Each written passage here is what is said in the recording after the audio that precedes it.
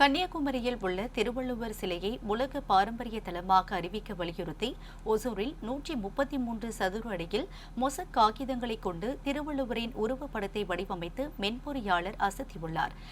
கிருஷ்ணகிரி மாவட்டம் ஓசூர் நகராட்சி சின்ன எலசகிரி பகுதியைச் சேர்ந்தவர் லூகாஸ். இவர் கர்நாடக மாநிலம் பெங்களூருவில் உள்ள தனியார் நிறுவனத்தில் மென்பொறியாளராக பணியாற்றி வருகிறார். இவர் ஏற்கனவே 1330 திருக்குறளை ஐஸ் குச்சிகளில் எழுதியும் மொசக் காகிதங்களை பயன்படுத்தி கலைஞர் உருவம் பதித்த நாணயத்தை வடிவமைத்தும் கவனம் ஈர்த்தார்.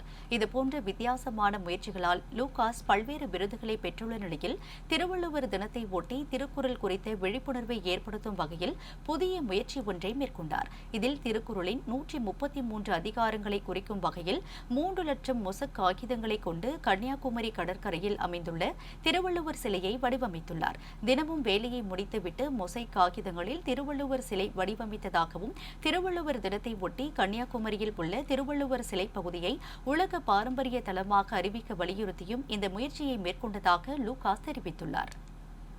என் பேர் லூகாஸ், நான் ஓசூர்லேருந்து பேசுகிறேன். இதுக்கு முன்னாடி 2022 ஒரு கின்னஸ் அட்டம்ப்டில் கலந்துக்கிட்டு வெற்றி பெற்றிருக்கேன். இது என்னுடைய 2வது கின்னஸ் முயற்சி.